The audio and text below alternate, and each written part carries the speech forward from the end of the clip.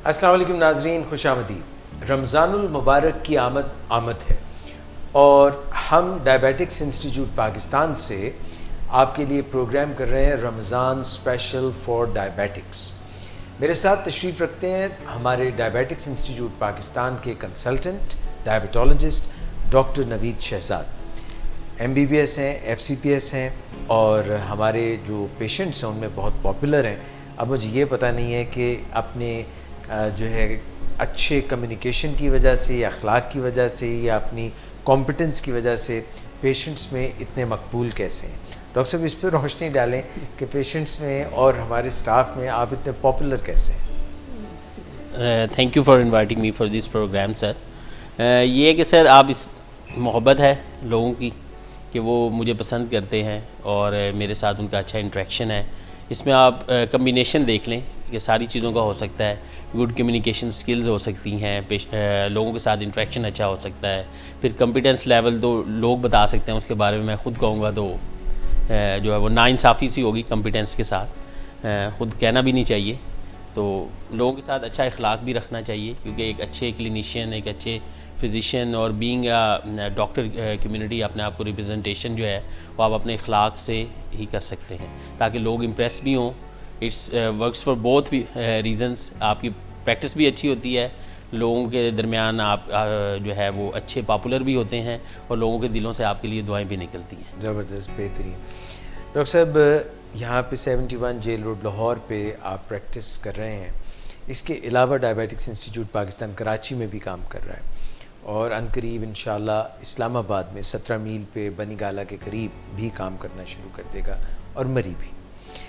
Doctor साहब, आज के प्रोग्राम में मैं ये चाहूँगा कि आप जो ज़ियाबीतस का और रमज़ानुल मुबारक के रोज़े रखने का आपस में एक ताल्लुक़ है, वो यानी आप जानते हैं कि दुनिया भर में मुसलमान चाहते हैं कि रोज़े रखें, अल्लाह ताला उनको सवाब दे। उनमें अब ज़ाहिर मुसलमानों में डायबिटिक्स भी हैं। मैं आपसे ये पूछना चाहूँगा कि आप इस कनेक्शन को कैसे देखते हैं।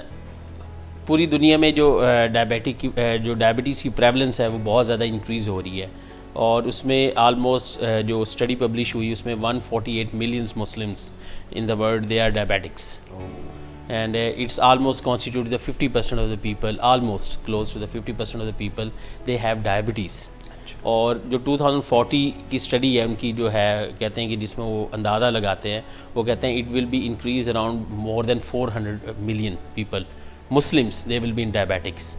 वर्ल्ड में वैसे भी क्योंकि 415 million people they are diabetics, in 2040 they will be 615 और 650 around million people with diabetes. बढ़ती जा रही है और हमारे जो एरियाज़ हैं जो मुस्लिम्स हैं स्पेशली इन एरियाज़ के अंदर बढ़ती जा रही फॉर अननोन रीजंस कि डायबिटीज़ शायद वो हो सकता है हमारी लाइफस्टाइल इस तरह का है, फिर लैक ऑफ फिज़िकल एक्टिविटी है, ये सारी चीज़ें, हमारी डाइट की जो मॉडिफिकेशंस है वो इतनी अच्छी नहीं है, फिर स्ट्रेस लेवल, फिर पॉवर्टी, ये सारी चीज़ें जो है they all constitutes in resulting in increase in the prevalence of disease. और ये है कि क्योंकि रमज़ान मुबारक बहुत मुबारक महीना है, तमाम दुनिया के मुसलमान चाहते हैं कि वो रोज़े रखें, अल्लाह की जो है वो क्या कहते हैं खुशनुदी के लिए, उसकी रज़ा के लिए रोज़ा रखें। और डायबिटीज़ वाले पेशेंट्स का भी दिल करता है कि वो रोज़े रखें। मुसलमान बहुत ज़्यादा मिकदार जो बहुत ज़्यादा तादाद में जो हैं वो डायबिटिक्स भी हैं लेकिन वो रोज़ा भी रखते हैं। एक जो अंदाज़ा था वो अराउंड वो कहते हैं कि 78-79% वो पेशेंट जिनको टाइप 2 डायबिटीज़ होती है वो रोज़े रखते हैं और टाइप 1 भी अराउंड 50% लोग जो है टाइप 1 के भी वो रोज़े रखते हैं डायबिटिक मुस्लिम्स। अच्छा, ये 2000 जो है वो 10 में जो स्टडी हुई उसमें इससे भी ज़्यादा इंक्रीज़ था। जो टाइप 2 है वो around 80 more than 80 to 90% people type 2 वो रोज़ा रखते हैं for at least 15 days, minimum 15 days के लिए, पूरे नहीं रमज़ान के लिए। ये जो स्टडी पब्लिश हुई हैं उसके अंदर कोशिश करते हैं कि वो रोज़ा ज़रूर रखें क्योंकि हमारा जो है वो इस्लामी कैलेंडर का 9वां महीना है और जो है इसकी बड़ी इंपॉर्टेंस है, तो इसलिए लोग चाहते हैं कि हम रोज़ा रखें। और हमारे आज के प्रोग्राम का भी मकसद ये है कि हम लोगों को ये बताएं कि जो है वो डायबिटिक्स भी रोज़ा रख सकते हैं। ठीक है, उसमें बहुत सारी चीज़ें जो अवामिल जो इम्पॉर्टेंट है वो ये है कि डायबिटिक्स जो है वो अपने जो क्लिनिशियन है या जिससे वो इलाज करवा रहे हैं, डायबिटोलॉजिस्ट हैं, एंडोक्राइनोलॉजिस्ट हैं, उनके साथ एक प्रॉपर लेज़ॉन रखें। रिकमेंडेशन ये है कि जो 6 to 8 वीक्स रमज़ान से पहले वो चाहे कि वो अपने जो एक्सपर्ट है या क्लिनिशियन है जिससे वो इलाज करवाते हैं उनसे आकर एक दफ़ा ज़रूर मिले। रजब या शबान का महीना जिसे हम कह सकते हैं इस्लामी कैलेंडर में, जैसे शबान, हाँ शबान है, तो एटलीस्ट जो है ऐसा नहीं होता कि आप 2-3 दिन पहले आएँ और कहें डॉक्टर साहब मेरी शुगर ख़राब है और मुझे जो है वो क्या कहते हैं आप दवाइयाँ दें ताकि मैं रमज़ान के रोज़े रख सकूँ। तो इस तरह मुश्किल हो जाता है क्योंकि बॉडी को भी एडजस्टमेंट की ज़रूरत होती है, मेडिकेशंस को भी टाइम चाहिए होता है कि वो अपना असर जिस्म के अंदर दिखाएं ताकि मरीज़ जो है वो बेहतरी की तरफ जाए। और हमारे यहाँ तो ज़्यादातर ऐसे ही होता है कि लोग बिल्कुल जब रमज़ान मुबारक बिल्कुल सर पे आ चुका होता है 2-3 दिन पहले आते हैं, वो कहते हैं कि डॉक्टर साहब देखें मेरी शुगर जो है वो 600 रह रही है, 400 रह रही है, 500 रह रही है, तो मैं चाहता हूँ कि मैं जो है ना वो रोज़े भी रखूँ, अल्लाह की खुशनुदी भी हासिल करूँ। दिल तो सबका करता है और करना भी चाहिए, बीइंग मुस्लिम ये हमारा जो है वो अक़ीदों में से है कि हम रमज़ान के रोज़े रखें और तरावी पढ़ें, कुरान मजीद की तिलावत करें, रब की ज़ात का शुक्र अदा करें। लेकिन ये है कि ऐसा नहीं करना चाहिए। आर्डली तौर पे आपको 6 से 8 हफ़्ते पहले अपने क्लिनिशियन के पास आना चाहिए, उससे प्रॉपर एजुकेशन लेनी चाहिए। और एक प्रोग्राम रन हुआ जिसे कहते हैं डायबिटीज़ रमज़ान फोकस्ड एजुकेशन, ठीक है, और उसकी जो स्टडीज़ हुई उसमें उन्होंने बताया कि वो लोग जिनको एजुकेट किया गया था उनमें रोज़े रखने की वजह से जो पेचीदगियाँ हो सकती हैं वो कम हुई और उनका रमज़ान बेहतर रहा और उनका एक्सपीरियंस पिछले रमज़ान से भी बेहतर रहा। लेकिन उसके लिए आपको पहले डॉक्टर के पास आना ज़रूरी है। आप ख़ुद से ऐसा नहीं कर सकते कि आप खुद ही अपनी दवाई को कम कर लें, ज़्यादा कर लें। हमारे माशरे में ये होता है कि लोग कहते हैं कि हमें क्योंकि 10-12 साल से भी डायबिटीज़ है तो हम तो जानते हैं कि इसने कब ज़्यादा होना है कब कम होना है। तो ऐसा नहीं होता और करना भी नहीं चाहिए। आपको अपनी जो है वो ज़िंदगी को और सेहत को जो है वो बुनियादी असूलों में से बनाना चाहिए और लोगों को चाहिए कि वो पहले डॉक्टर्स के पास आएँ। डॉक्टर साहब ये फरमाइएगा कि कौन से लोग हैं जिनको आप समझते हैं कि भाई मुश्किल बात है ना, आपने बताया रोज़ा रखना चाहते हैं, और कौन से लोग हैं जिनको रोज़ा मुआफ़ हो सकता है या रोज़ा जो है वो किसी को रखवा सकते हैं या कोई फ़िदिया दे सकते हैं? तो कौन से लोग हैं जिनको आप एज मेडिकल ग्राउंड्स पे कहेंगे कि नहीं आप रोज़ा? हाँ, उनमें से जो है वो टाइप 1 डायबिटिक्स, ज़्यादातर वो ऐसे टाइप 1 डायबिटिक्स जिनकी शुगर्स कभी ज़्यादा हो जाती है कभी कम हो जाती है, जिसे हम अपनी ज़बान में मेडिकल लैंग्वेज में ब्रिटल डायबिटीज़ कहते हैं। सख्त किस्म की डायबिटीज़ ताकि वो कंट्रोल नहीं हो रही होती। कभी वो पेशेंट की शुगर्स बहुत हाई हैं तो कभी बहुत लो हैं, कभी 60-70 में आ जाएंगी, कभी 400-500 हो जाएंगी, तो वो लोग अपने रोज़ा ना रखें। दूसरे वो टाइप 2 डायबिटीज़ के पेशेंट जिनको खुदा न खास्ता साथ गुर्दों के ऐसे मर्ज़ से लाहक हो गए जिसमें डायलिसिस होता है उनका, ठीक है, वो जो दिल के पेचीदा अमराज में मुब्तला होते हैं, उनकी दवाइयों के ऊपर होते हैं, वो रोज़े ना रखें। वो मरीज़ जिनको हाइपो होते हों, हाइपो का ये मतलब है कि शुगर बार बार कम होती हो, और वो मरीज़ जिनको हाइपोग्लाइसीमिया की अवेयरनेस नहीं है, शुगर कम होने की अलामात की अवेयरनेस नहीं है कि हमारी शुगर अभी कम हो रही है तो हमने क्या करना है, वो पेशेंट जो कि औरतें जो हामला हैं वो रोज़ा ना रखें। और बाकी ये है कि वो पेशेंट जिनका ग्लाइसीमिक कंट्रोल अच्छा नहीं, मतलब शुगर अच्छी नहीं है रह रही, HbA1c बहुत हाई है, ठीक है, शुगर मोर देन 10, जो रिस्क स्ट्रैटिफिकेशन की गई है, जो डायबिटीज़ एंड रमज़ान जो स्टडी ग्रुप है, जो मुस्लिम्स ऑलमोस्ट मोर देन 13 मुस्लिम कंट्रीज़ के जो एक्सपर्ट्स हैं उन्होंने रिकमेंडेशन दी हुई हैं, उसमें वो कहते हैं कि अगर 10 से ज़्यादा हो HbA1c और हाइपरग्लाइसीमिया चल रहा हो, शुगर्स बहुत ज़्यादा रहे, तो वो लोग रोज़े ना रखें, ठीक है। उनके लिए मतलब ये कंडीशनल है कि वो रोज़ा ना रखें, उसकी जगह फ़िदिया दे दें, लोगों को जो है वो उसकी जगह खाना खिला दें, या जब वो बेहतर हो जाएं तो फिर हो सकता है कि वो रोज़े रख लें। हामला औरतों को चाहिए कि वो रोज़े ना रखें, क्योंकि हमल के दौरान शुगर का जो कंट्रोल के हमारे लेवल्स हैं वो बड़े स्ट्रिक्ट हैं, तो उसमें उनको हाइपो होने का ख़तरा हो सकता है, शुगर कम हो। दूसरा ये कि मरीज़ को चाहिए कि वो रमज़ान से पहले जो अपने क्लिनिशियन से अपनी रिस्क स्ट्रैटिफिकेशन करवाए। रिस्क स्ट्रैटिफिकेशन से मुराद ये है कि वो देख ले कि ये हाई रिस्क ग्रुप है, इंटरमीडिएट मतलब मॉडरेट रिस्क है, ये लो रिस्क है। लो रिस्क में वो लोग होते हैं कि जो लाइफस्टाइल मॉडिफिकेशन पे कंट्रोल है, या जिनको सिर्फ एक तरह की दवाई मिल रही है, जो बहुत अरसे से मतलब क्या कहते हैं डायबिटिक है, लेकिन वो अपनी क्या कहते हैं खुराक का, ग़िज़ा का और सैर का अच्छे तरीके से जो है वो उसको अवामिल को मिलाते हैं और फिर उनकी शुगर जो है वो कंट्रोल रहती है।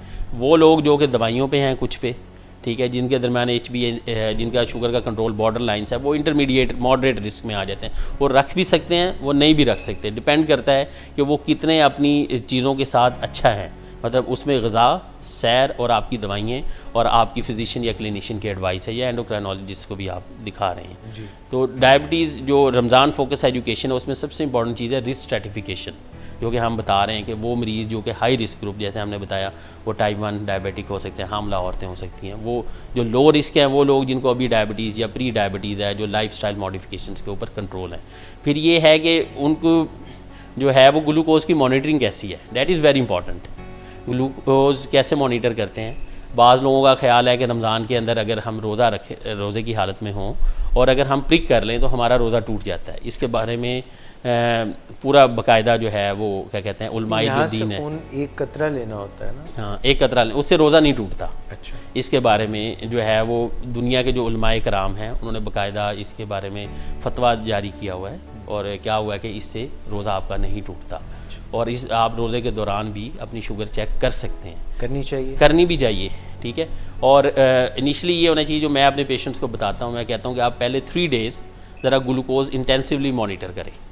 इंटेंसिव मॉनिटरिंग यानी कि उससे मुराद ये है कि आप दिन में कम से कम 3 से 4 या 5 दफ़ा अपनी शुगर देखें, पहले 3-4 रोज़ों में, क्योंकि रोज़े की जो टाइम पीरियड है वो 12 घंटे से 18-19 घंटे तक भी होता है, मुख्तलिफ डिपेंडिंग अपॉन कि आप किस क्लाइमेटिक कंडीशन में या किस जो है वो खित्ते में रह रहे हैं। जैसे पाकिस्तान है तो इसमें मुझे ऐसा लग रहा है कि मई में जब इंशाल्लाह रमज़ान शुरू होगा तो ये रोज़ा तकरीबन, मैं मोटा मोटा बता रहा हूँ, लाहौर का जैसे बताऊँ तो 3 बजे 3:15 बजे जो है ये हम सारी ख़त्म करेंगे और इफ्तारी को 7 बजे करेंगे।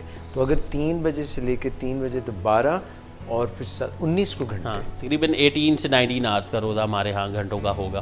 तो ये बहुत लंबा टाइम पीरियड होता है। इस दौरान जो है मरीज़ जो है वो क्या शुगर कम भी हो सकती है, क्योंकि गर्मी का मौसम है तो पानी की कमी भी हो सकती है, जिसे डिहाइड्रेशन कहते हैं, वो हो सकती है। पेशेंट हाइपो में जा सकता है, पेशेंट हाइपर में भी जा सकता है। तो इम्पॉर्टेंट ये चीज़ है कि वो ग्लूकोज़ को मॉनिटर करें। अब ग्लूकोज़ की मॉनिटरिंग के लिए हाइपर और हाइपो जो है ग्लाइसीमिया, शुगर ज़्यादा और कम होने की दोनों की अलामात का मरीज़ को पता होना ज़रूरी है।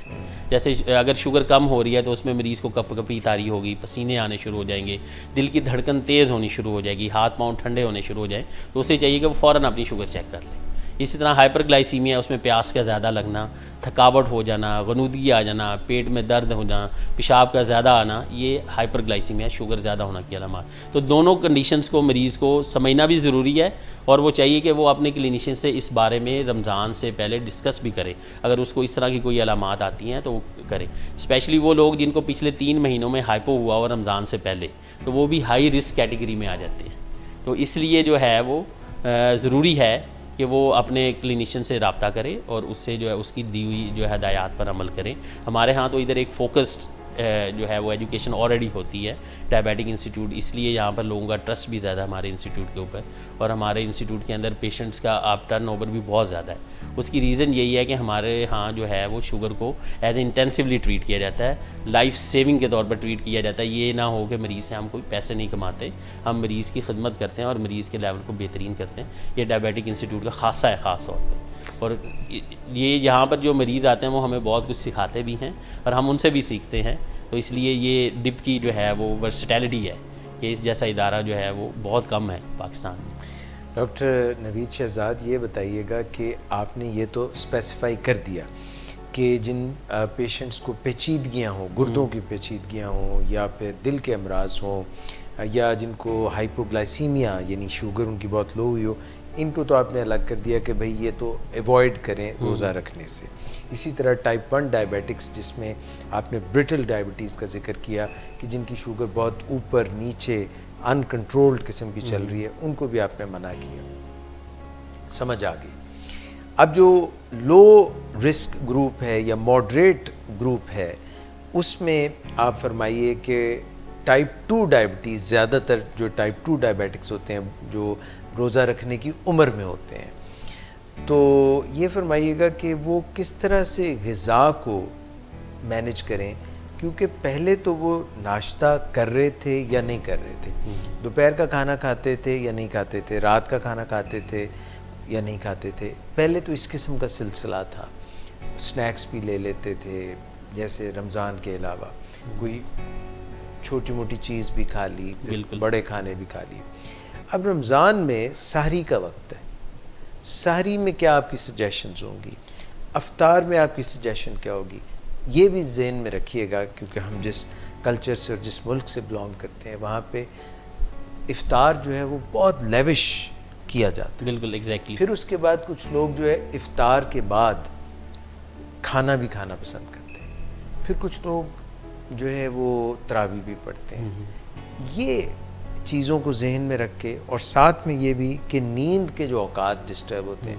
डॉक्टर साहब, इस पे मैं चाहता हूँ खाने पे, एक्टिविटी पे और नींद पे आप ज़रा हमें बताएं। अच्छा, रमज़ान में दो चीज़ें जो रूटीन में तब्दील होती हैं, एक तो आपने नींद बता दी और खाने की टाइमिंग भी है। आमतौर पर ऐसा होता है कि क्योंकि वक्फ़ा बहुत कम है अफ्तारी में और सहरी के दरमियान, बहुत कम है, आप देख लें तो 6 घंटे मैक्सिमम 6 आवर्स बनेंगे हमारे यहाँ। तो इसलिए पेशेंट को चाहिए कि वो जब अपनी सहरी या अफ्तारी ले तो उसको बड़ा वेल मैनेज प्रॉपर ले। जब हम सहरी इफ्तारी से शुरू कर लेते हैं, क्योंकि इफ्तारी सबसे ज़्यादा हमारे यहाँ, जो मरीज़ को चाहिए कि वो खजूरें भी, हाँ खजूरें, हाँ खजूरों के बारे में ये है कि आप अगर दिल करता है, जैसे इस्लाम के अंदर लोग कहते हैं कि पहला एक अशरा हम खजूरों के साथ अफ्तारी करें, फिर कुछ कहते हैं पानी के साथ, कुछ कहते हैं किसी और चीज़ के साथ, लोगों के अपने एक बिलीव्स और जो उन चीज़ों। नींबू पानी का भी बताइए। हाँ, नींबू पानी, क्योंकि गर्मी बहुत। हाँ गर्मी बहुत। उसमें ये है कि जब वो अफ्तारी करें तो ड्राई जो है वो खजूरें ना लें, वेट ले लें जो ताज़ा होती हैं, उनमें थोड़ा वाटर कंटेंट ज़्यादा होता है, तो इसलिए उनमें शुगर्स थोड़ी लो होती है एज़ कम्पेयर टू दूसरी जो है वो ड्राई खजूरों के अलावा।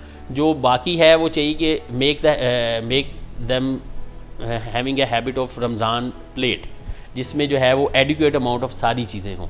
उसकी मिसाल ऐसे है कि वो थोड़ा बहुत उसमें प्रोटीन भी ले लें, जैसे कोई गोश्त है, कबाब है, वो बना कर ले लें, साथ में चने वगैरह जो चने होते हैं उसको ले लें, साथ में वो चाहें तो थोड़ा बहुत फ्रूट ले लें। जब फ्रूट लें, जैसे अगर फ्रूट चाट बनाते हैं तो उसके ऊपर वो जो है हमारे घरों में जो शीरा बनाया जाता है वो ना डालें, ठीक है। फ्रूट्स भी वो लें जिनका लो ग्लाइसेमिक इंडेक्स है, मतलब ऐसे फ्रूट जो शुगर को बहुत ज़्यादा ऊपर नहीं ले जाए, जैसे अमरूद है हमारे यहाँ, सेब पेशेंट खा सकता है, ठीक है, इस तरह कीवी है, इनके लो ग्लाइसेमिक इंडेक्स है, तो इसका वो एक हाफ बाउल बना के छोटा वो रूटीन में खा सकता है वो अपनी, ठीक है। इसके अलावा वो क्या कहते हैं, जो नींबू पानी है, बेहतर ये है कि बजाय ये कि वो जूसेस लें, फ्रेश जूसेस लें, तो नींबू पानी, फ्रेश जूस ना लें, फ्रेश जूस कोशिश करें ना लें, क्योंकि वो बहुत हाई एकदम से शुगर बढ़ा, हाँ शुगर ही ऊपर जाएगा, और वो फिर पूरे पोस्ट प्रेंडियल फेज तक, जो खाने के बाद तक, इवन सहरी तक जो है वो चलता रहता है, और फिर सहरी में भी खा लेंगे तो फिर रोज़े के दरमियान भी शुगर ज़्यादा रहती है और मरीज़ हमेशा तंग होता है। चीनी कितनी चीज़ों में डालें?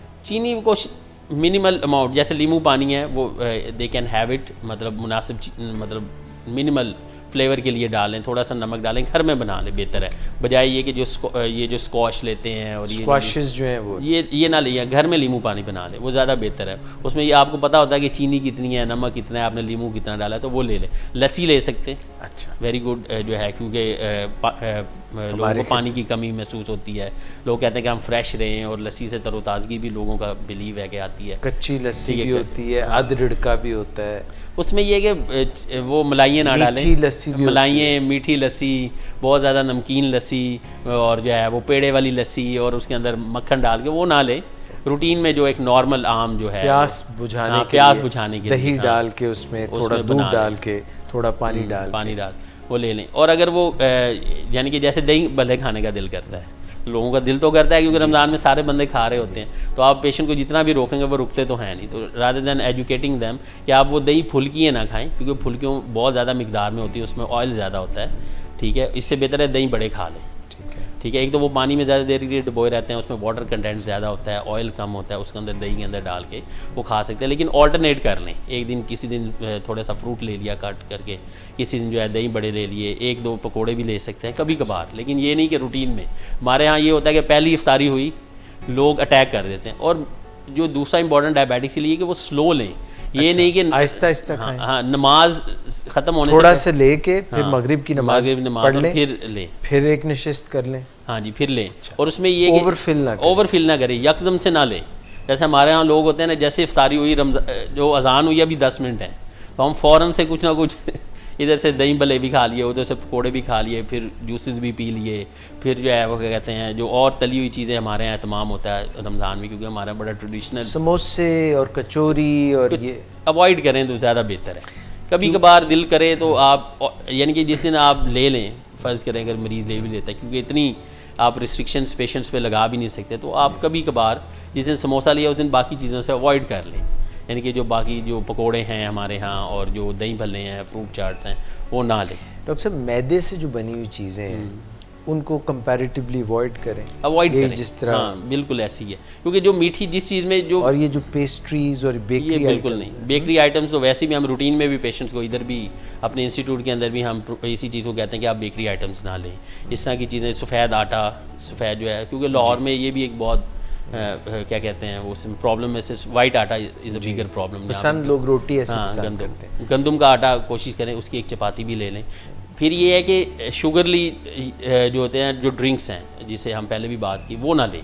जैसे ये हमारे यहाँ जो डिफरेंट कंपनीज़ हैं, ये फिजी ड्रिंक्स, हाँ फिजी ड्रिंक्स वगैरह ना लें, सॉफ्ट ड्रिंक्स, और स्लो खाएं। ये नहीं कि यकदम अभी ही ये आखिरी रोज़ा है यही हमने खाना है, ऐसा नहीं करना।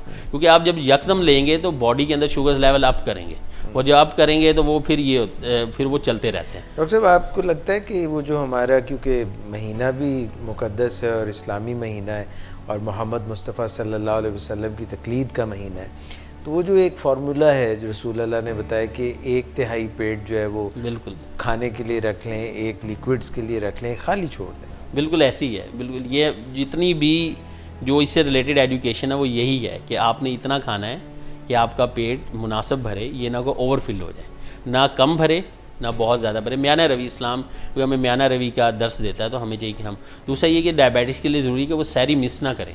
अच्छा, ठीक है, ये कुछ लोग होते हैं ना, चलें अब अफ्तारी में बहुत अच्छा खा लिया तो सहरी मिस कर लें, अच्छा, तो ऐसा ना करें। ठीक है, सहरी में जो घर में रोटी बनती है वो लें, चपाती बनती है उसके साथ लें, सालन के साथ ले लें, दही के साथ ले लें, साथ में चाय पी लें। चाय में ये वो चीनी ना हो और जो है वो मलाइयाँ और जो है वो दूध मुनासिब मिकदार में। आप ये कह रहे हैं कि मुरग़न ग़िज़ाओं से और चिकनी ग़िज़ाओं से परहेज़ किया जाए। उसमें जो सहरी है वो बड़ी इंपॉर्टेंट है। सहरी में इवन मस्ट है डायबिटिक्स के लिए, क्योंकि देखिए अर्ली सहरी कर लें या मंतहाए सहर तक खाएं। उसमें ये कि अगर फ़र्ज़ करें 3:20 पे अगर रोज़ा 3:20 पर रोज़ा बंद होता है, तो चाहिए कि वो उनका 3:15 तक 10 मिनट तक वो अपनी सहरी को ख़त्म करें, क्योंकि जितना वो लेट लेंगे उतना उनकी बॉडी को टाइम मिलेगा कि वो जितनी एनर्जी है वो कंज्यूम हो सके थ्रू आउट द पीरियड। ठीक है, और इनिशियली चाहिए ये कि डायबिटिक्स को चाहिए कि जो फर्स्ट 3-4 जो हमारे रोज़े हैं, पहले 3-4 रोज़ों में इंटेंसिवली मॉनिटरिंग, जैसे मैंने पहले भी कहा, उसमें सहरी से पहले भी देखें, सहरी के 2 घंटे बाद भी देखें, एक दफ़ा 12-1 बजे देख लें, फिर 3-4 बजे भी देखें, और फिर बिफ़ोर जो है क्या कहते हैं इफ्तार उस वक्त भी देख लें। शुरू में ज़रा इंपॉर्टेंट है। डॉक्टर साहब ये फरमाइएगा कि ये जो सहरी है, now that has become a main meal, तो आप समझते हैं कि ये एक तरह से ब्रेकफास्ट बन गया सारी? देखिए डिपेंड करता है कि आप किस तरह पेशेंट किस तरह करता है। कुछ लोग यानी जैसे ब्रेकफास्ट के बाद 2 घंटे बाद आप क्या चाहेंगे कि मरीज़ की ब्लड शुगर लेवल्स क्या हों? अच्छा, उसमें ये है कि जो डिफरेंट रिकमेंडेशन हैं, उसमें जो हमारे यहाँ ज़्यादातर फॉलो होती हैं, जो डायबिटीज़ रमज़ान स्टडी ग्रुप ने भी जो रिकमेंड की हैं, उसमें यह कि अगर वो इफ्तारी तक जो हमारा जो फास्टिंग पीरियड उसमें 100 से 200 के दरमियान भी रहता है। अच्छा, तो ये जो फास्टिंग पीरियड जिसमें कुछ नहीं खा पी रहा, उसमें 100 से नीचे ना जाए, 200 से ऊपर ना जाए। ओके, ठीक है। और बाकी जो है वो जो आफ्टर जो है क्या कहते हैं इफ्तारी के बाद कोशिश करें कि इसको 160 170 से ऊपर ना जाने। 100 to 160 ईटिंग पीरियड है, यानी इफ्तारी से लेके सहरी तक, उसमें कितना रहे?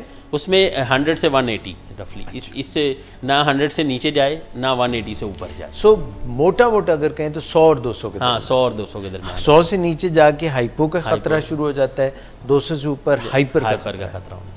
और फिर ये है कि इम्पॉर्टेंट जो डायबिटीज़ फोकस एजुकेशन है, उसमें ये लिक्विड इनटेक बड़ी अच्छी होनी चाहिए। यानी कि अगर डिपेंड करता है कि आप मेडिकेशन कौन सी ले रहे हो, उसके ऊपर भी हम अभी आते हैं कि कम से कम जो इफ्तारी से सहरी का पीरियड है उसमें एडिक्वेट अमाउंट, यानी कि वो अच्छा पानी ले ताकि उसकी बॉडी जो है वो रीहाइड्रेटेड रहे।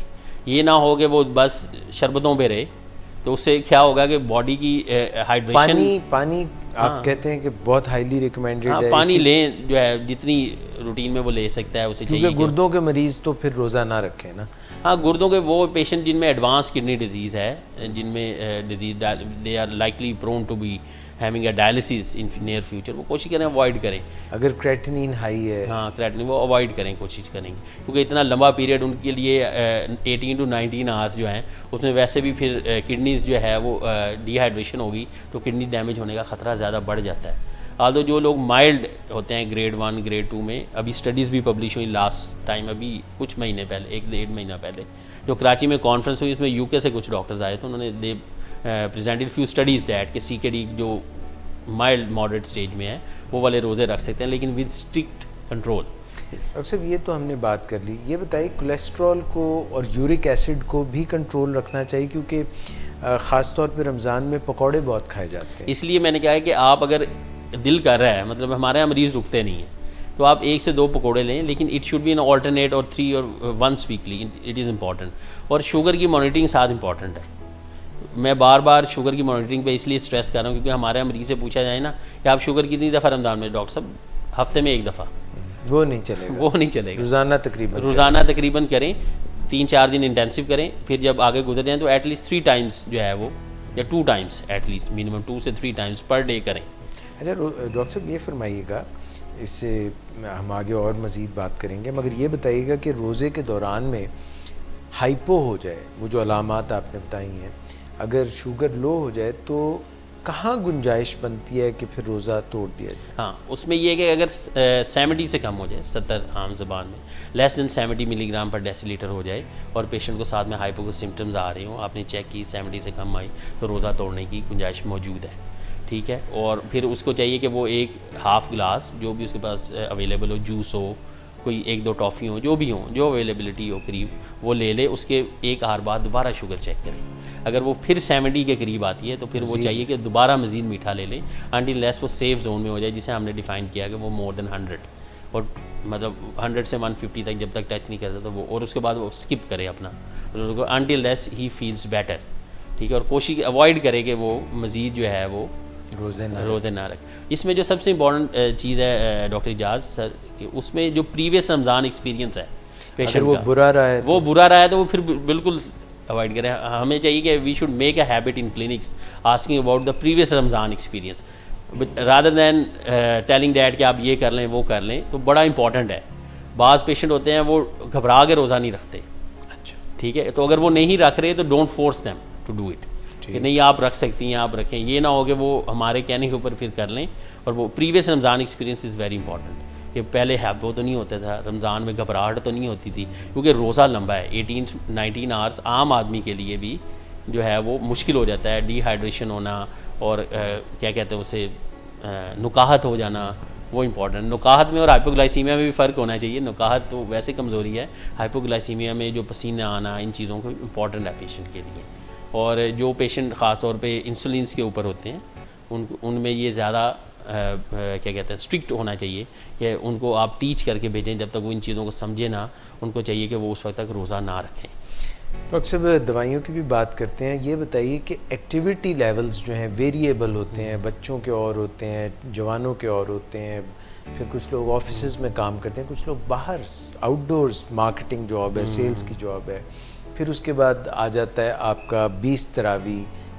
तो ये एक्टिविटी लेवल को आप कैसे? एक्टिविटी लेवल में आप जो अपनी ऑफिस की जॉब शॉप्स करते हैं, उसमें ये कि आप स्टर्नस एक्सरसाइजेज ना करें, अपने आप को बहुत ज़्यादा एक्सर्ट ना करें, कोशिश करें कि जो अपनी जॉब है उस पर फोकस रहें। बाद लोग अगर आउटडोर रहते हैं, जैसे गर्मी में जॉब है, आना पीना, तो वो चाहे कि वो जब वो फील करें कि वो डिहाइड्रेटेड हो रहे हैं और वो डायबिटिक्स भी हैं, तो शुगर्स चेक करें। अगर वो 70 से कम आती हैं या 300 से ज़्यादा आती हैं और पेशेंट को प्यास ज़्यादा लग रही है, तो उसे चाहिए कि वो अपना रोज़ा तोड़ ले और ज़रा केयरफुल रहें।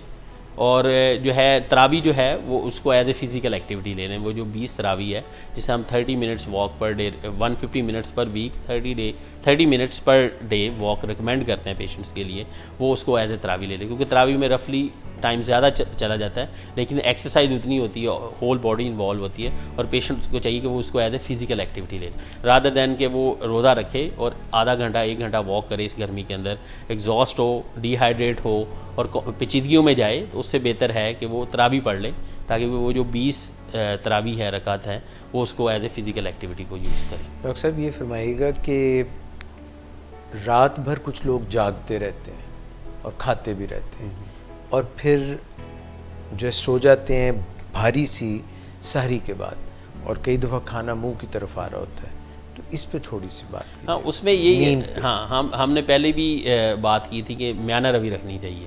कुछ लोगों की हैबिट डेवलप होती है कि वो जनाब खाना खाने के फ़ौरन बाद सो जाते हैं, ठीक है। तो यही है कि आप जब सैरी करें मुनासिब करें, इतनी करें, उसके बाद नमाज़ पढ़ें, ठीक है। और नींद के बारे में ये है कि डिफरेंट है। कुछ लोगों की हैबिट्स होती हैं कि वो अफ्तारी के बाद तरावी पढ़ के सो जाते हैं, कुछ लोगों को होते हैं जॉब की नेचर पे डिपेंड करता है, तो उसमें इतनी कोई ख़ास नहीं है। जिस तरह अरब वर्ल्ड में तो वो पूरा अपना स्केड्यूल ही चेंज करते हैं, वो कई ऑफिसेज रात में चलते हैं। तो हमारे यहाँ डिपेंड करता है कि आपकी जॉब की जो है वो डिस्क्रिप्शन कैसी है, टाइमिंग्स कैसी हैं। लेकिन ये कि अवॉइड हैवी मील्स ना, वो मैंने आपको जो पहले हम जो फ़ौरन से पेट भर लेंगे या फ़ौरन से खा पी लेंगे तो हमें तंग करेगा, ठीक है। डॉक्टर मुझे ऐसा लगता है कि नींद की कमी से भी प्यास ज़्यादा लगती है। बिल्कुल ऐसे इसमें होता है। तो इसलिए जो अगर दिन में अगर वो चाहें they can have a nap, sleep ले लें अपनी, लेकिन वही डिपेंड करता है कि आपकी रूटीन कैसी है, आपकी एक्टिविटी कैसी है, ठीक है। आपकी जो जॉब में चेंजेस है, हमारे यहाँ भी रमज़ान में टाइमिंग्स चेंज हो जाती हैं लोगों के, मतलब जैसे जो ऑफिस 8 o'clock लगते हैं वो 9-9:30 लगते हैं, तो पेशेंट को टाइम मिल जाता होता है और अर्ली एग्ज़िट भी होता है। 3-4 बजे भी लोग असर की नमाज से पहले ऑफ हो जाते हैं। ठीक डॉक्टर साहब, जब दिमाग को कदरे कम ग्लूकोज मिलता है और जिस्म जो है उसमें वो नकाहत की जो आपने बात की, तो कई दफ़ा इरिटेबिलिटी, लड़ने को दिल करता है, गुस्सा ज़्यादा आता है, और फिर जब अक्सर लोग अपने ऑफिस से जल्दी में ड्राइव करके, ट्रैफिक इफ्तार से पहले बहुत होती है, तो ये मूड मिजाज जो है उसका भी शुगर पे कोई असर पड़ता होगा। बिल्कुल। और कोई स्ट्रेस आता होगा। स्ट्रेस में देखें, स्ट्रेस में काउंटर रेगुलेटरी हार्मोन यूज़ होते हैं हमारे, जैसे एपिनेफ्रीन होगी, ग्रोथ हार्मोन, कॉर्टिसोल वगैरह, उसमें शुगर्स लेवल ऊपर भी जाने का खतरा होता है। बाद का जब आप एक्सट्रीम स्ट्रेस में हो और बॉडी में रिजर्व ना हो तो even you can go down as well.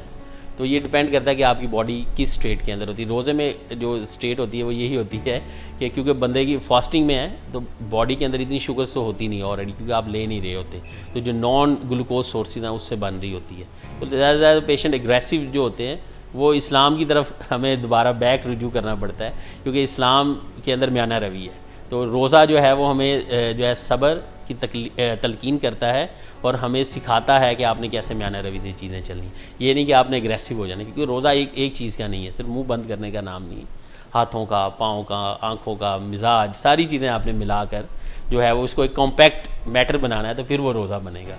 तो ये कोशिश करें कि खुश रहें और मूड मिजाज को अच्छा रखें और दूसरों का भी अच्छा रखें, ताकि आपकी वजह से किसी का मिजाज ख़राब ना हो, क्योंकि ये भी बड़ा इम्पॉर्टेंट है। और डॉक्टर सदाकत की एक बात कोट करता हूँ कि ये बड़ा इम्पॉर्टेंट है कि आप जब अगला बंदा आपसे लड़ना चाह रहा है और आप उससे ना लड़ें, तो ये भी एक स्किल है। सर कहते हैं कि ये आपको एक्वायर करनी चाहिए इस बारे में कि आप अगला लड़ने को आ रहा है और आपने लड़ना नहीं है। डॉक्टर साहब, ये जो आपने याद दहानी कराई है, तो एक ये भी बताइएगा कि तकरीबन 15 रोज़े के बाद लोग शॉपिंग स्प्री पे निकल पड़ते हैं, खचाखच बाज़ार भर जाते हैं और जो है वो सारी जो रूटीन है वो डिस्टर्ब होने लग जाती है। तो इसके मुतालिक भी बताइएगा कि रात को जब कोई बहुत देर तक शॉपिंग की तरफ रहता है, खाना पीना डिस्टर्ब हो जाता है, देर लग जाती है खाने में, उस तरफ ध्यान नहीं रहता, तो उससे भी कुछ हलचल शुगर में ऊपर नीचे उसमें होती है। उसमें देखें आप, अगर बाज़ लोग जो है वो बाज़ारों में आप कहते हैं कम भी खाते हैं, बाद लोग बाज़ारों में भी जाके खाते हैं, क्योंकि बाज़ारों के अंदर भी लोग आप देखें तरह तरह की चीज़ें मिलती हैं। लेकिन ये कि एक्टिविटी मुनासिब रखे। आपने अगर जाना है, आपको पता है कि आपने 4-5 आवर्स अब चलना है फिरना है, तो आप उस हिसाब से अपनी प्रोटीन डाइट अच्छी ले लें, ठीक है। उसमें जो है जो आप जाने से पहले अपना खाना मील ले लें तो ज़्यादा बेहतर है, बजाय ये कि आप बाज़ार में जाएं और शुगरली जो है वो लिक्विड्स लें या कोई मीठे वाली चीज़ ले लें या कोई तली हुई चीज़ ले लें। तो उससे बेहतर है कि आप अपने लिए पेट उतना भर के जाएं ताकि आपको 4-5 आवर्स दरमियान में महसूस ना हो। और सैरी करीब होती है, तो इसलिए चाहिए कि सहरी का इंतज़ार कर लें रादर दैन कि आप बाहर से ले लें चीज़ें, और उसको एक्टिविटी को मॉडरेट करें अपनी को, यानी कि उसको आपने जो रमज़ान की हमारी जो एजुकेशन का मकसद यही होता है कि पेशेंट को ये सिखाएं कि आपने अपनी मील प्लानिंग के साथ अपनी एक्टिविटी किस तरह प्लान रखनी है। ये नहीं कि आपने सिर्फ एक गिलास दूध पिया हुआ है और उसके बाद आप फ़ौरन बाज़ार निकल जाएँ और रात तक आप कुछ ना खाएँ, ये रिकमेंडेड नहीं है। आप अपना प्रॉपर, जिसे मैं कह रहा रमज़ान प्लेट बनाए जिसमें थोड़े से चने भी हो, प्रोटीन्स भी हो, जलेबी डाल सकते हैं। मीठा है सर, मीठा है तो फिर ठीक है। अच्छा डॉक्टर साहब ये फरमाइएगा कि आपने अभी जिक्र किया था कि हमारे अंदर रिज़र्व्स कम हो जाते हैं ग्लूकोज के। हमारे अंदर रिज़र्व बैकअप के तौर पे गोदाम की तरह लिवर में, जिगर में पड़े होते हैं, मगर कुछ अद्वियात हैं जहाँ से आप लोगों का इलाज शुरू करते हैं। कुछ ऐसी अद्वियात हैं जो कि हमारी अंतड़ियों से जो हमारा ग्लूकोज अंदर आता है खून में उसको रोकती हैं। कुछ ऐसी हैं जो कि जिगर के अंदर जो स्टोर है उसको वहीं रोकती हैं। ये ज़रा फरमाइएगा कि कौन सी अद्वियात लेते हुए, जो मुख्तलिफ़ इक़साम की हम लेते हैं, जैसे कुछ दवाइयाँ जो हैं वो खारिज कराती हैं ज़्यादा इंसुलिन, फिर यानी गोलियों की भी मैं बात कर रहा हूँ। गोली उसमें ये है कि जो डिफरेंट ग्रुप्स हैं उसमें तो जो पुरानी हम यूज़ करते थे जैसे गैट्रल होगी, ग्लिमिप्राइड वगैरह है, ठीक है, और एमरिल के नाम से भी आती है, जो ओल्ड जिसे सल्फोनाइल यूरियस ग्रुप कहते हैं, ठीक है।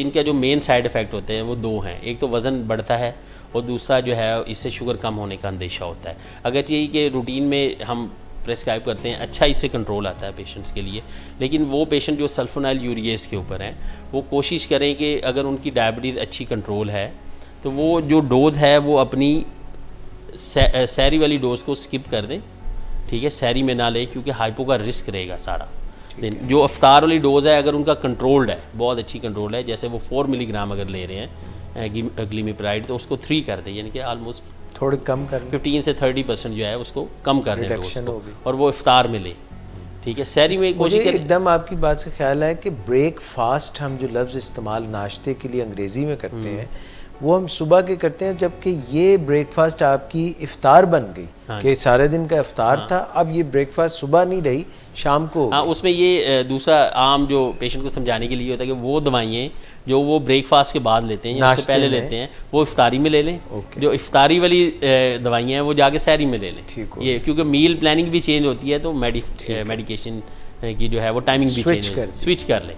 तो फिर चाहिए वो 6 to 8 वीक्स बैक यही कॉन्सेप्ट है कि आप पेशेंट की दवाइयाँ इस तरह रखें कि उसको जब समझा के भेजें तो उसमें कोई ऐसी दवाई ना हो जैसे हम हाई डोज सल्फोनाइल यूरियस ना दी हो कि वो सहरी में खाए और 3 घंटे बाद patient and up having drowsy state और हॉस्पिटल इमरजेंसी में रश करना पड़े। उससे पेशेंट भी तंग होता है और जो उसके घर वाले तो ऑब्वियसली फिर होते हैं और एक डर सा बैठ जाता है। जब एक दफ़ा हाइपो होता है तो पेशेंट भी बड़ा अप्रीहेंसिव होता है और उसके घर वाले भी बड़े अप्रीहेंसिव। तो ये हमारी ड्यूटी है कि हम उसको इस तरह रखें। जो मेटफॉर्मिन जो हमारे यहाँ ग्लूकोफेज न्यूडिबार इस नाम से होती है वो आप जिस डोज़ में ले रहे हैं उसमें जारी रखें। अगर पेशेंट दिन में 1 दफ़ा लेता है तो वो बेहतर है कि वो इफ्तारी में ले ले, अगर 2 दफ़ा लेता है तो सहरी और इफ्तारी में ले ले। अगर जो है 3 दफ़ा ले रहा है या हाई डोज़ लेता है तो उसको चाहिए कि उसके 2/3 जो डोज़ है वो इफ्तारी में ले ले और 1/3 जो है वो डोज़ अपनी सहरी में ले ले। तो उसमें इतनी डोज़ की क्योंकि मेटफॉर्मिन हाइपोग्लाइसीमिया नहीं करती, शुगर कम नहीं करती। उसके बाद जो कार्बोज वगैरह हैं हमारे जो ग्रुप हैं उसमें कोई डोज़ मॉडिफिकेशन की ज़रूरत नहीं है, वो जिस तरह ले रहे हैं दोपहर वाली स्किप कर दें और अपनी ले लें, ठीक है। फिर हमारे जो रेपाग्लिनाइड जो ग्लिनाइड्स ग्रुप है जो इंसुलिन शॉर्ट सिक्रीटोगॉग्स हैं जो कि इंसुलिन को शॉर्ट टाइम के लिए करते हैं तो उनमें भी डोज मॉडिफिकेशन की ज़रूरत नहीं है। अच्छा। वो ये है कि दोपहर वाली स्किप कर लें, सुबह सहरी वाली ले लें और रात वाली ले लें क्योंकि ड्यूरेशन ऑफ एक्शन इतना होता है कि वो हाइपो कम करती हैं रिस्क। फिर हमारी जो दवाइयाँ हैं जैसे सेंसिटिविटी जो बढ़ाती हैं TZDs हैं जो हमारे जो जिसमें पायोजर बड़ी मशहूर है, पायोग्लाइटाजोन। इसमें भी डोज़ मॉडिफिकेशन की ज़रूरत नहीं पड़ती, जितनी डोज़ पेशेंट ले रहा है वो उस हिसाब से चल सकता होता है। OD में ले रहा है एक दफ़ा ले रहा है तो उसी तरह चले, BD में ले रहा है तो उसी तरह। जो अगली हैं वो DPP-4 हैं, इनहिबिटर्स हैं, उसमें भी डोज़ मॉडिफिकेशन की ज़रूरत नहीं है कि अगर वो सहरी और जैसे सुबह और शाम ले रहा है उसी तरह सहरी और इफ्तारी ले सकता है आराम से। फिर जो नया ग्रुप है, जो इसके बारे में आप बताया कि जो है जो पेशाब के थ्रू हमारे जिस्म से ग्लूकोज को निकालती हैं, SGLT2 जो है वो इनहिबिटर्स हैं, उनमें ये है कि जो बिकॉज उनमें रिस्क ऑफ हाइपो क्या कहते हैं टेंशन होता है, फिर डिहाइड्रेशन का रिस्क होता है क्योंकि वो हमें यूरिन एक्सक्रीट आउट कर रही होती हैं, तो उसकी वजह से पेशेंट को हाइपोग्लाइसीमिया और हाइपोटेंशन डिहाइड्रेशन और हाइपोटेंशन का ख़तरा होता है। तो लिहाजा एडवाइस ये है कि वो पेशेंट जो आपके पास रमज़ान में 3-4 दिन पहले आएँ और उन्होंने रोज़े रखने हैं तो उसमें ना स्टार्ट करें, क्योंकि it will lead to dehydration as well as hypotension. फिर उसका रिस्क होता है कि यूरिनरी ट्रैक इन्फेक्शन ज़्यादा करती है। तो इसलिए ऐसे आप रिकमेंड, अगर आपके पास पहले आ जाता है तो आप उसको शुरू करा सकते हैं, लेकिन आपने उसको ये काउंसल करना है कि अगर आप ये सुबह ले रहे हैं तो आपने ये इफ्तारी में लेनी है, इफ्तारी में लें, और दरमियान में अगर आप रूटीन में वाटर ले रहे हैं उससे 6 to 8 glasses of water increase कर दें ताकि आपको डिहाइड्रेशन भी ना हो और हाइपोटेंशन होने का भी ख़तरा ना हो। ये हमारी जो ज़्यादातर जो खाने वाली दवाइयाँ हैं वो ये वाली। अच्छा डॉक्टर साहब, ये तो आपने एंटी डायबिटिक मेडिसिन के मुतालिक बताया। ये बताएं कि अगर किसी को ब्लड प्रेशर का अर्जा है साथ में, या किसी को कोलेस्ट्रॉल हाई है, उसकी भी दवाइयाँ, उसकी दवाइयाँ रोक दें? वो नहीं, वो जारी रखें अपनी जो रूटीन में मील्स के साथ लेते हैं। उसमें ये होगा कोलेस्ट्रॉल वाली, क्योंकि रात को लेते हैं दवाई, तो इसलिए वो इफ्तारी के बाद जब आप कर लें, अपना खाना वगैरह खा लें, उसके बाद ब्लड प्रेशर की मॉनिटरिंग बड़ी इंपॉर्टेंट है, स्पेशली वो पेशेंट जो SGLT2 इनहिबिटर्स पे होते हैं, उनमें हाइपोटेंशन होने का खतरा होता है, तो ब्लड प्रेशर की मॉनिटरिंग इंपॉर्टेंट है। जो रूटीन में ले रहे हैं वो लेते रहें। ऐसी मेडिकेशन हाइपोटेंशन की भी डिपेंड करता है कंडीशन कैसी हो, जो कि पोस्टल टेंशन ना कर दें, एकदम से ड्रॉप ना कर दें। तो जो पेशेंट जिस चीज़ पे मेंटेन है तो चाहिए ये कि वो उसको जारी रखें और ऐसी दवाइयाँ ना लिखें जिसमें पोस्टल ड्रॉप होने का ख़तरा हो। ठीक हो गया। ठीक है डॉक्टर साहब, कुछ लोग इंसुलिन ले रहे होते हैं, इंसुलिन की ढेर सारी इकसाम आ गई हैं। कोई जो है वो रेगुलर कहलाती है, कोई जो है वो इंटरमीडिएट एक्टिंग कहलाती है, कोई जो है वो अल्ट्रा शॉर्ट एक्टिंग है, कोई लॉन्ग एक्टिंग है, कोई उससे भी ज़्यादा लॉन्ग एक्टिंग है। इसके मतलब हाँ, उसमें ये कि आसान तौर पे पेशेंट के समझाने के लिए, लोगों की मालूमात के लिए ये सबसे बेहतर है। अगर एक पेशेंट लॉन्ग एक्टिंग इंसुलिन ले रहा है, जिसे हम बेजल इंसुलिन कहते हैं, जैसे हमारे यहाँ जो ग्लार्जीन है, डेटिमर है, डिग्लोडेक है, जो कि डिफरेंट नेम से लेविमर, लैंटस, टोजियो और राइजोडेक के नाम से आती है। अगर पेशेंट का बहुत अच्छा कंट्रोल्ड है तो वो इफ्तार में ले और अपनी डोज को 15 से 25% कम कर दे, या 30%, यानी कि अगर वो 16 यूनिट ले रहा है तो उसको 10 या 12 यूनिट्स पे लेके आए, और अगर वो वेल कंट्रोल्ड है, अदरवाइज़ वो अपने क्लिनिशियन से जो है वो रब्ता करे और वो उसको डोज एडजस्टमेंट बता सकता है। उसमें जो टारगेट हो वही कि अगर रफली, जैसे मैं अपने पेशेंट को समझाता हूँ कि अगर आपकी 90 से 160 170 रह रही हो तो आप वही डोज जारी रखें। अगर आपकी 90 से कम हो रही है, आप 2 से 4 यूनिट्स लेस कर सकते हैं। अगर आपकी 200 प्लस हो रही है तो आप 4 यूनिट्स बढ़ाते जाएँ, 2 से 4 यूनिट्स बढ़ा दें for rough estimation. Otherwise patient के लिए बड़ा मुश्किल हो जाता है कि वो 90 से इतना रखे, वो अब वो अगर आप 160 समझाते हैं तो 170 आ जाती है, तो वह कैसे करें। तो आइडली तौर पे उसे चाहिए कि वो जितने यूनिट्स ले रहा है उसमें से 4 से 6 यूनिट कम कर दें। अगर उसकी डायबिटीज़ अच्छी कंट्रोल्ड है, HbA1c कंट्रोल्ड है और वो अपनी एक खुशगवार ज़िंदगी डायबिटीज़ के साथ गुजार रहा है। अदरवाइज़ अगर ज़्यादा बढ़ती है तो आप मैं अपने पेशेंट को गाइड करता हूँ कि वो 4 यूनिट बढ़ा दें, 2 से 4 और 2 से 4 कम कर लें अगर उनका फास्टिंग में कम रह रही है 90 से कम, क्योंकि हमारा गोल है कि 100 से कम ना हो, क्योंकि डिहाइड्रेशन भी होगी, पेशेंट को हाइपो भी होने का रिस्क होगा और पेशेंट के लिए पेचीदगी होने का खतरा। एक जो सबसे इंपॉर्टेंट ये चीज़ है कि जब पेशेंट को डिहाइड्रेशन होती है तो खुदा न खास्ता थ्रोम्बोसिस, खून का लोथड़ा जमने का ख़तरा होता है। तो ये भी एक पेचीदगी में से है कि जो रोज़ा रखने वाले मरीज़ हाइपो और हाइपर पे तो हम बात कर रहे हैं, और डिहाइड्रेशन पे भी, तो ये भी एक ख़तरा रहता है। तो हमने उसको भी प्रिवेंट करना है कि मरीज़ की जान हमारे लिए सबसे इंपॉर्टेंट है कि उसकी जान बचे, यानी कि इनफ वाटर हो शरियानों और वरीदों के अंदर, ताकि फ्लो की तरोताज़गी को फ्लो चलता रहे, फ्लो भी चलता रहे, तरोताज़गी को जिसे हम आम ज़बान में कह सकते हैं, उसको मेनटेन रखे। फिर ये हो सकता है। फिर वो पेशेंट जो कि दूसरी तरह की जो हमारी लॉन्ग एक्टिंग जैसे NPH पे है, N पे हमारे पास जो आते हैं पेशेंट, उनमें ये है कि जो अपनी इफ्तार वाली डोज़ है उसको वो सेम रख सकता है, जो सहरी वाली डोज़ है उसको 50% कम कर दे, क्योंकि 18 घंटे का टाइम पीरियड होगा और उसने खाना कुछ नहीं है, तो बेहतर ये है कि वो हाइपो में ना चला जाए। ठीक है, इसमें भी ऐसे ही है कि अगर 100 से मतलब कम रह रही है तो आपने 4 यूनिट्स कम कर दे, 2 से 4 यूनिट्स, और इसी तरह जो है 2 से 4 यूनिट बढ़ा सकता है अगर 200 से ऊपर हो। ये जो हम बता रहे हैं हाफ डोज कर ले, ये उन पेशेंट्स के लिए जिनकी वेल कंट्रोल डायबिटीज़ है। ठीक है। फिर जो हमारे पास जो दूसरी इंसुलिन्स आ जाती है, रेगुलर है, अल्ट्रा शॉर्ट एक्टिंग है, अगर वो बीडी में ले रहा है 2 टाइम सुबह शाम ले रहा है, तो फिर ये चाहिए इफ्तार वाली वही डोज और जो अपनी सहरी वाली उसको 50% कट कर दे। अगर 3 टाइम ले रहा है तो दोपहर वाली ओमिट हो जाएगी, ठीक है, और रात वाली उसी तरह रहेगी, इफ्तार वाली जो डोज़ है वो उसी तरह ले, और जो सहरी वाली उसको 50% कर दे। इसमें भी कंट्रोल उसी तरह है कि पेशेंट खुद अपनी शुगर्स को ऊपर नीचे, आपने उसको गाइड करना, रफ आइडिया दे दें कि 90 से 150 टारगेट दे दें, 160 दे दें कि अगर इससे कम होगी तो आपने 2 से 4 यूनिट अपनी मील के हिसाब से कम कर लेने, अगर 200 से ऊपर जा रही है तो आपने उसको 4 यूनिट्स बढ़ाते जाना है। तो इसलिए प्री मिक्स में भी बिल्कुल पेशेंट्स को इसी तरह ही है। आप उसके यानी कि आम तौर पे समझाने के लिए, मरीज़ों के लिए, क्योंकि हमारा मकसद पेशेंट को एजुकेट करना है रादर दैन कि उसको हम कॉम्प्लेक्स कर दें, क्योंकि गाइडलाइंस में थोड़ा स्ट्रिक्ट है, वो उन्होंने 90 से 130 रखा हुआ है। तो हम ज़रा पेशेंट को रफ़ कंट्रोल दें कि ताकि उसको हाइपो भी ना हो, हाइपर की अलामात भी ना आए और वो कंट्रोल भी रहे। तो ये इंसुलिन के हिसाब से ये बड़ा इंपॉर्टेंट है। और जो है वो क्या कहते हैं, जो सबसे अहम जो नुक्ता इसमें ये होता है कि मरीज़ पहले कैसे ज़िंदगी गुजार रहा है, वो प्रीवियस रमज़ान्स में कैसे गुजारता रहा है। अब ये नहीं कि वो 3 दिन पहले आया है और वो 70 यूनिट ले रहा है इंसुलिन के और अगले दिन वो रोज़ा रखता है, एंड्स अप उसमें हैविंग हाइपो और हाइपर। तो आपने ये इंपॉर्टेंट है, और पेशेंट को चाहिए कि अगर वो शुगर 300 रह रही है और उसको अलामात आ रही हैं तो he should be rush towards the hospital as well, क्योंकि अगर उसको क्योंकि पहले प्यास लगती है, फिर गनुदगी होने का ख़तरा होता है, क्योंकि डिहाइड्रेशन बहुत हुई होती है। 12 से तकरीबन 18 घंटे का जो रोज़ा है वो आम आदमी के लिए भी, जो सेहतमंद आदमी होता है उसको भी थोड़ी बहुत हल्की बहुत नुकाहत देता है। उसमें अगरचे मेडिकल रीजंस भी हैं, डिफरेंट हार्मोनल चेंजेस भी बॉडी में आती हैं। जो डायबिटीज़ में टेक होम मैसेज होता है वो ये कि इस जो रमज़ान के अंदर होता है वो 2 चीज़ें हैं, दैट इज़ वेरी इंपॉर्टेंट। एक तो ये कि मील की टाइमिंग चेंज होती है, दवाई की टाइमिंग भी चेंज होती है, आपका जो ब्रेकफास्ट है वो भी चेंज है, आपका जो क्या कहते हैं डिनर टाइम है वो भी चेंज है। तो आपने सुबह वाली दवाइयों को शाम में ले जाना है, जो शाम वाली दवाइयाँ उसको मॉर्निंग में ले जाना है, और कोशिश करें 6 से 8 हफ्ते पहले अपने जो डायबिटोलॉजिस्ट है, अपना एंडोक्राइनोलॉजिस्ट है, ये क्लिनिशियन है जिससे आप इलाज करा रहे हैं, उसको ज़रूर कंसल्ट करें और अच्छी क्या कहते हैं वो तरीके से अपने रमज़ान को गुजारें, और रमज़ान के दौरान जो है वो बद परहेज़ी से परहेज़ करें। अगर ये बड़ा मुश्किल होता है, कहना आसान होता है, क्योंकि जब घर के अगर 6-7 अफराद हैं तो एक को डायबिटीज़ है और 6-7 को नहीं है, तो बड़ा मुश्किल हो जाता है, लेकिन इट शुड बी कंट्रोल्ड।